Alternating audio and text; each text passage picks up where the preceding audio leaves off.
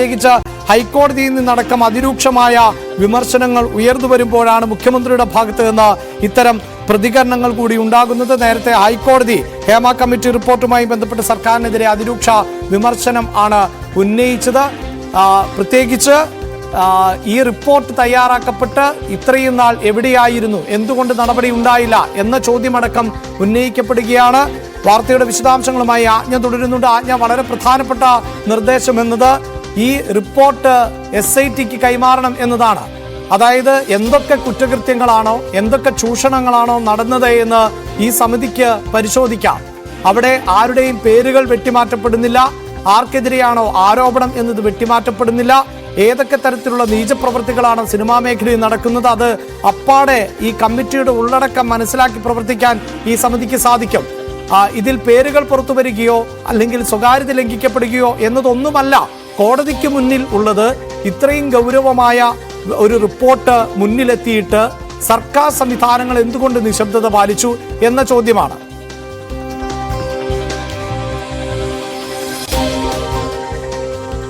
അഭിലാഷ് സൂചിപ്പിച്ചത് ശരിയാണ്. കാരണം നേരത്തെയും ഇതിലെ 2019 ഡിസംബർ 31 സബ്മിറ്റ് ചെയ്യുമ്പോൾ പോലും ഈ 5 വർഷത്തോളം കാലയളവെടുത്തു അത് ഒരു എഡിറ്റഡ് വേർഷനെങ്കിലും അതിനുശേഷം വിവരാവകാശം ഉന്നയിച്ച് മാധ്യമങ്ങൾ ഉൾപ്പെടെയുള്ള മാധ്യമപ്രവർത്തകർ ഉൾപ്പെടെയുള്ളവർ റിപ്പോർട്ടിന്റെ കോപ്പി അന്വേഷിച്ച ശേഷമാണ് വിവരാവകാശ കമ്മീഷൻ പോലും അതിൽ ഇടപെടുന്നതും.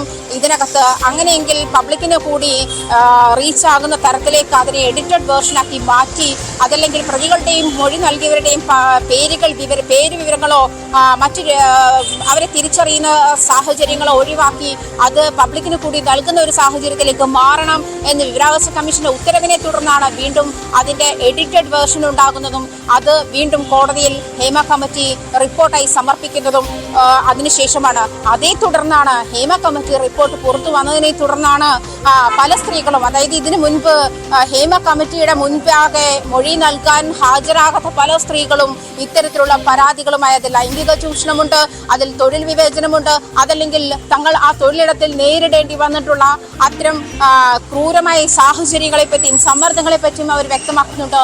ഇതിന്റെ മേലെയുള്ള, അതായത് ഇപ്പോഴുള്ള സ്പെഷ്യൽ ഇൻവെസ്റ്റിഗേഷൻ ടീം അന്വേഷിക്കുന്നത് ഹേമ കമ്മിറ്റിക്ക് പുറത്തുള്ള കേസുകളാണ്. ഇതുവരെ ഹേമ കമ്മിറ്റിക്ക് ശേഷം പുറത്ത് സമൂഹ മാധ്യമങ്ങളിലൂടെ വെളിപ്പെടുത്തൽ നടത്തിയും രംഗത്തെത്തിയ സ്ത്രീകൾ രജിസ്റ്റർ ചെയ്തിട്ടുള്ള പരാതിയിന്മേലാണ് SIT ഇപ്പോൾ നടപടിയെടുത്തിട്ടുള്ളത്.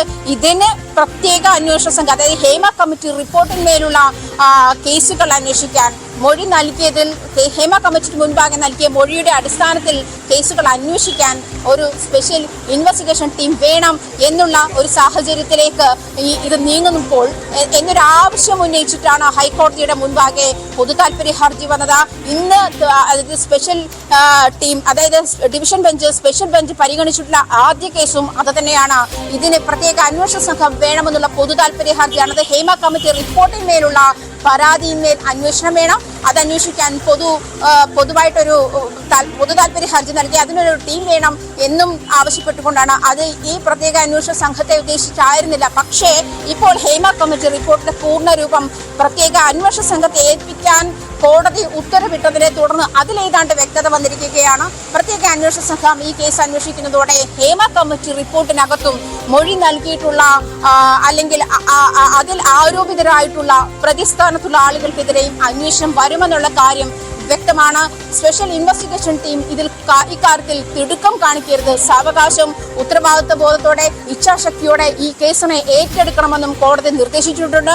മാത്രമല്ല ഇതിനകത്ത് ഒരു കാര്യം വ്യക്തമായി പറയുന്നത്, സർക്കാർ എടുത്ത കാലതാമസം നിങ്ങൾ എടുക്കരുത്. നിങ്ങൾക്ക് സമയമെടുത്ത് ഈ കേസ് ചെയ്യാം, പക്ഷെ സർക്കാർ എടുത്തിട്ടുള്ള അത്രയും കാലതാമസം ഈ കേസിൽ വരുത്തരുത് എന്നൊരു നിർദ്ദേശം കൂടി, എന്നൊരു അടിക്കുറിപ്പോട് കൂടിയാണ് കോടതി ഇക്കാര്യം സ്പെഷ്യൽ ഇൻവെസ്റ്റിഗേഷൻ ടീമിന് നേരെ, അല്ലെങ്കിൽ അതിന്റെ ഉത്തരവാദിത്വം കോടതി സ്പെഷ്യൽ ഇൻവെസ്റ്റിഗേഷൻ ടീമിനെ ഏൽപ്പിക്കുന്നത്. അത് മാത്രമല്ല മാധ്യമങ്ങളെയും ഇക്കാര്യത്തിൽ നിയന്ത്രണം വരുത്തണം എന്നുള്ള കാര്യം അഡ്വക്കേറ്റ് ജനറൽ സൂചിപ്പിച്ചിട്ടുണ്ട്. മാധ്യമങ്ങൾ ഈ കാര്യത്തിൽ സ്പെഷ്യൽ ഇൻവെസ്റ്റിഗേഷൻ ടീമിനെ അവരെ ബുദ്ധിമുട്ടിലാക്കരുത്, അവർക്ക് പ്രശ്നങ്ങൾ ഉണ്ടാക്കരുത്, അവരെ സമ്മർദ്ദത്തിലാക്കരുത് എന്നൊരു സാഹചര്യം കൂടി, എന്നൊരു നിർദ്ദേശം കൂടി കോടതിയുടെ ഭാഗത്തുനിന്നും ഉണ്ടായിട്ടുണ്ട്. മാത്രമല്ല ഇവരെ സ്പെഷ്യൽ ഇൻവെസ്റ്റിഗേഷൻ ടീം പ്രസ് കോൺഫറൻസുകൾ നടത്തുകയോ മാധ്യമങ്ങളുമായി സംസാരിക്കുകയോ ചെയ്യരുത് എന്നൊരു നിർദ്ദേശം കൂടി ഇതിനകത്ത് കോടതി മുന്നോട്ട് വെച്ചിട്ടുണ്ട് എന്നുള്ള കാര്യവും വ്യക്തമാണ്. തീർച്ചയായും